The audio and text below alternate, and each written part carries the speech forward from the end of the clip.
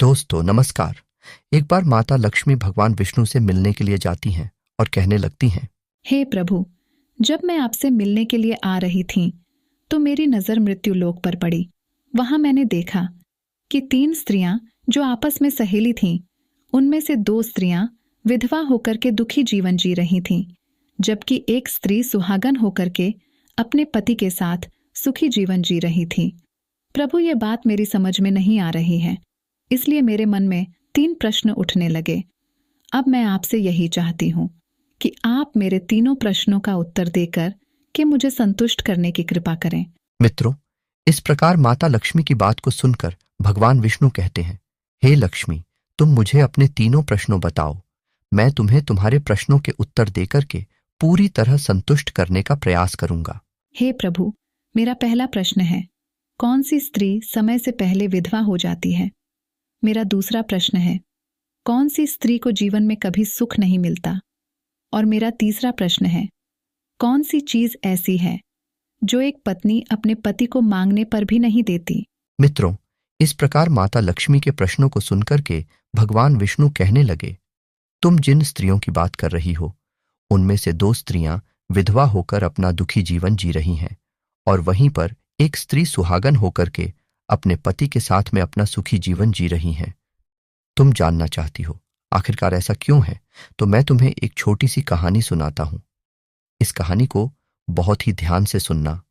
आधी अधूरी कहानी सुनने वालों को आधा अधूरा ही ज्ञान प्राप्त होता है, जो जीवन में कभी काम नहीं आता, क्योंकि तुम्हारे तीनों प्रश्नों के उत्तर इसी छोटी सी कहानी में समाये हुए हैं। यदि तुमने ध्यान से इस कहानी को सुना तो तुम्हारी तीनों प्रश्नों के उत्तर तो अवश्य मिलेंगे और तुम्हें संतुष्टि प्राप्त होगी। मित्रों, तब माता लक्ष्मी कहती हैं, प्रभु, मैं आपकी बात से सहमत हूँ। आप कहानी शुरू करो। मैं कहानी को पूरी मन से सुनूंगी और जब तक आप कहानी बोलेंगे तब तक मेरा मन किसी दूसरे स्थान पर नहीं जाएगा। तो मित्रों, कहानी शुरू करने से पहले मेरा आप सभी से अनुरोध है कि आप भी इस कहानी को अंत तक जरूर सुने। इससे पहले कि आप इस वीडियो में खो जाएं, वीडियो को लाइक करके दृष्टि इंस्पायर्ड यूट्यूब चैनल को सब्सक्राइब जरूर कर लें। भगवान विष्णु कहते हैं, हे लक्ष्मी, सबसे पहले मैं तुम्हें उस स्त्री की कहानी सुनाता हूं जो सुहागन होकर के अपने पति के साथ सुखी जीवन जी रही है। जिस सुहागन स्त्री की तुम बात कर रही हो, वह स्त्री एक राजा के नौकर की पत्नी है और जिस नौकर की वह पत्नी है, उस नौकर को अपनी पत्नी पर पूर्ण विश्वास और भरोसा है कि वह एक पतिव्रता है, जिसकी चर्चाएं वह अपने साथियों में बार बार करता है। अब देखो, एक दिन की बात है, उस राजा के नौकर ने अपनी पत्नी की प्रशंसा इतनी की, यह बात धीरे धीरे फैलते हुए राजा के दरबार तक पहुंच गई। फिर तो राजा ने अपने नौकर को बुलाया और उस नौकर से कहा कि तुम हर किसी से कहते हो कि तुम्हारी पत्नी एक पतिव्रता है। क्या वास्तव में तुम्हारी पत्नी एक पतिव्रता नारी है? क्या तुम्हारा पूर्ण विश्वास है?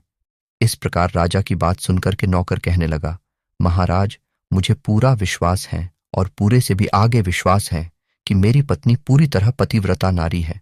अब इस समय पर राजा का महामंत्री कहने लगता है, यदि मैं तेरी पत्नी का पतिव्रत धर्म खंडित कर दूं तो तुझे क्या सजा मिलनी चाहिए? फिर नौकर ने कहा, यदि तुम मेरी पत्नी का पतिव्रत धर्म खंडित कर देते हो तो महाराज मुझे फांसी लगा देना।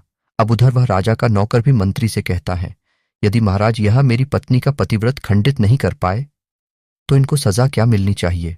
तो राजा ने कहा कि मंत्री को भी फांसी की सजा दी जाएगी। फिर भगवान विष्णु कहते हैं, लक्ष्मी, मंत्री ने स्वीकार कर लिया और नौकर से पूछा कि क्या वस्तु लाऊं जिसे तू माने कि मैं तेरी पत्नी का धर्म खंडित करने में सफल हुआ?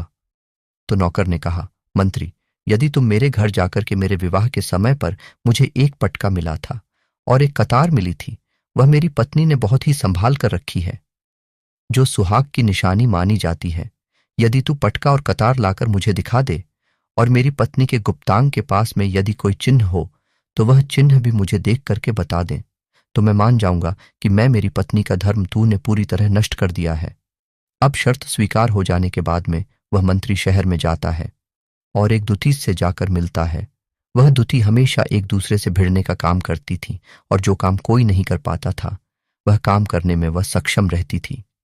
फिर इस प्रकार उस मंत्री ने उस दुती को अपने स्वार्थ के लिए बुलाया और दुती से कहा कि देखो, इस नाम का एक व्यक्ति है, उससे मेरी शर्त लगी है। और फिर उसने उसे शर्त के बारे में उसको सारा कुछ बता दिया। फिर दुती से कहने लगी, तू कैसे भी करके उस स्त्री से मेरा संपर्क करवा दे। तुझे जितना धन चाहिए मैं उतना धन दूंगा। इस प्रकार मंत्री की बात सुनकर के दुती कहने लगी, भाई तू उस औरत के बारे में बात मत कर, वह औरत पूरी तरह से पतिव्रता है, तेरी ओर थूकेगी भी नहीं। तब मंत्री दुती से कहते हैं, यदि तू मेरा उससे संपर्क नहीं करवा सकती है तो एक काम कर दे, उसके घर जाकर के पटका और कतार चुरा कर ला दे, और उसकी पत्नी के गुप्तांग के पास में यदि कोई चिन्ह हो तो वह चिन्ह भी मुझे देख करके बता दे, फिर मैं तुझे मुंह मांगा इनाम दूंगा। यह बात दुती की समझ में आ गई और उसने कहा, ठीक है, मैं तुम्हारा काम अवश्य करूंगी। नौकर शहर में रहता था। दुती नौकर के घर जाती हैं, उसकी पत्नी से जाकर बोलती हैं, बेटी मैं तेरी पति की बुआ हूं, मैं कई वर्षों के बाद तुम्हारी घर आई हूं। फिर उस स्त्री ने कहा, मैंने आपको पहले कभी देखा नहीं, इसलिए पहचान नहीं पाई। और इस प्रकार उस दुती को उस नौकर की पतिव्रता स्त्री ने बहुत बड़ा सम्मान दिया, मगर उसे क्या मालूम था कि यह उसके साथ में छल करने आई है। अब भगवान विष्णु कहते हैं, लक्ष्मी, इस प्रकार वह दुती उस पतिव्रता स्त्री के साथ में 2 दिन तक रुकी। जिस समय वह स्त्री स्नान करने लगी तो दुती उठ करके उस पतिव्रता के कमर रगड़ने लगी। उस पतिव्रता स्त्री ने बहुत मना किया, फिर भी वह दुती नहीं मानी और कहने लगी, तुम मुझे तो बेटी से भी प्यारी लगती हो, तो मना मत करो। काफी दिनों के बाद में मेरी तुम्हारी मुलाकात पहली बार हुई है।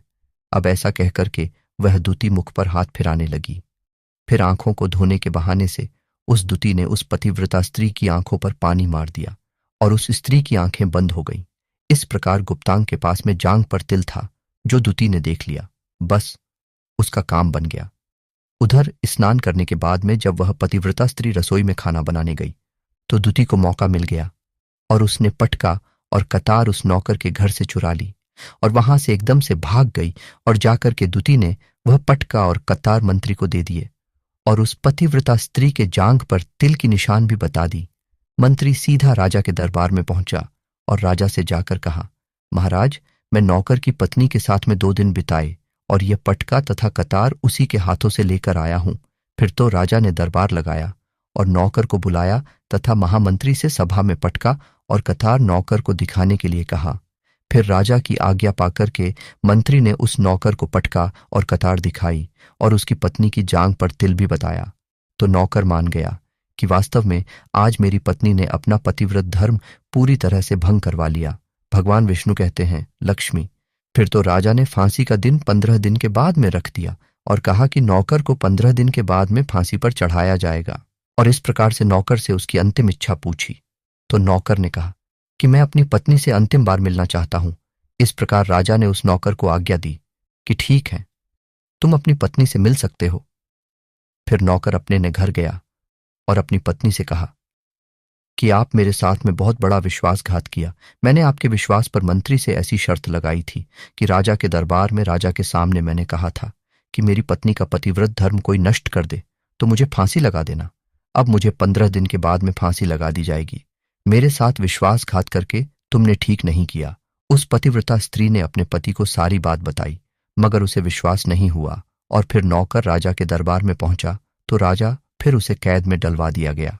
अब उधर नौकर की पतिव्रता धर्म पत्नी ने परमात्मा को याद किया और अपना भेष बदल करके राजा के दरबार में गई और राजा से नाच दिखाने की आज्ञा मांगने लगी, क्योंकि वह स्त्री बहुत ही सुंदर थी।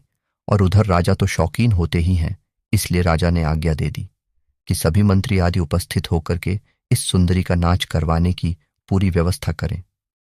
भगवान विष्णु कहते हैं, लक्ष्मी, फिर तो सब मंत्री महामंत्री राजा आदि दरबार में उपस्थित हुए और फिर उस नौकर की धर्म पत्नी ने जब नाचना शुरू किया तो राजा को उस स्त्री का नाच बहुत ही सुंदर लगा और फिर राजा ने कहा, तुम मुझसे क्या मांगना चाहती हो? तुम जो भी मांगो मैं तुम्हें वही दूंगा।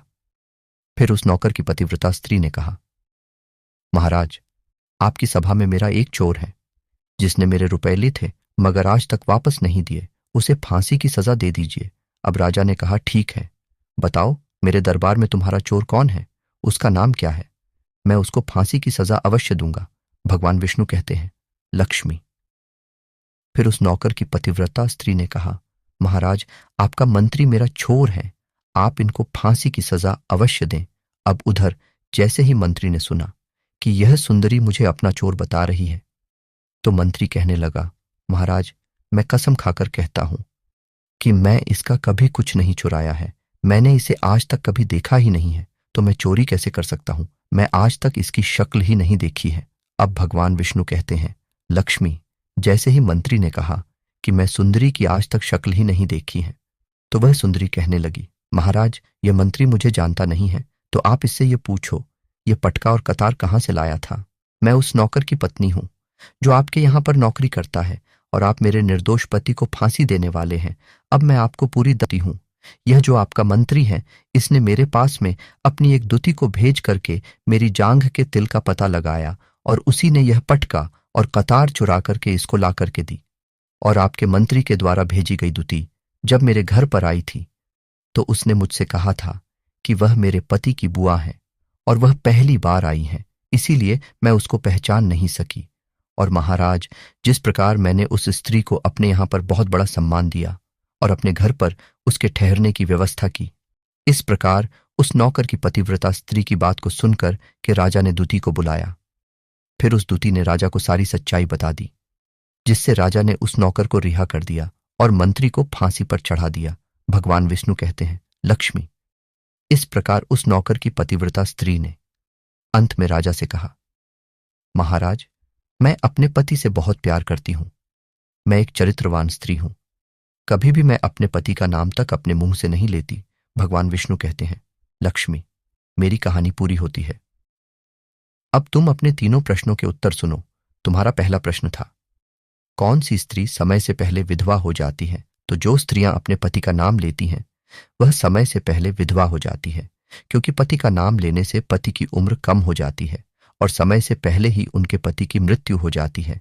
ऐसी स्त्रियां जो पति का नाम लेती हैं, समय से पहले ही विधवा होकर के एक दुखी जीवन जीती हैं। बस यही राज की बात है कि तुम जिन 3 सहेलियों की बातें कर रही थी, उनमें से 2 विधवा थी और एक यह नौकर की पत्नी थी जो पतिव्रता स्त्री थी।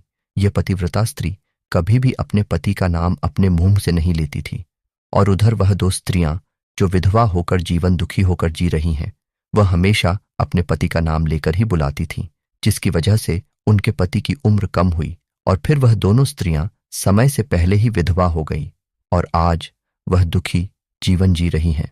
इसलिए कभी भी स्त्रियों को अपने पति का नाम अपने मुंह से नहीं लेना चाहिए।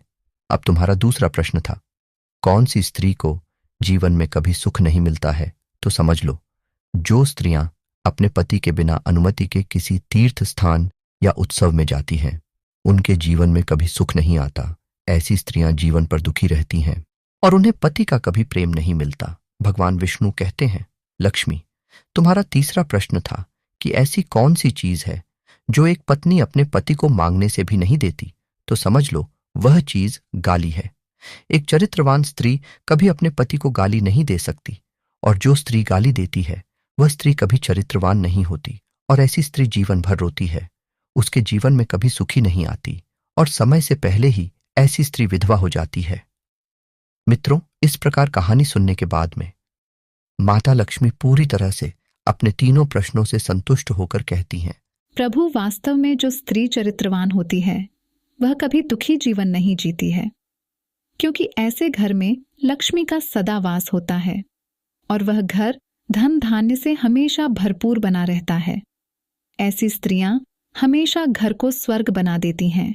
तो दोस्तों, यदि आपको यह वीडियो पसंद आई हो तो प्लीज आप हमारे चैनल को सब्सक्राइब अवश्य करें, वीडियो को लाइक करें और दोस्तों, सच्ची श्रद्धा से कमेंट में जरूर लिखें, जय श्री राम, जय हनुमान, साथ ही देवों के देव, हर हर महादेव। सदैव आप पर अपनी कृपा बनाए रखें। प्रिय मित्रों, वीडियो को अंत तक देखने के लिए धन्यवाद।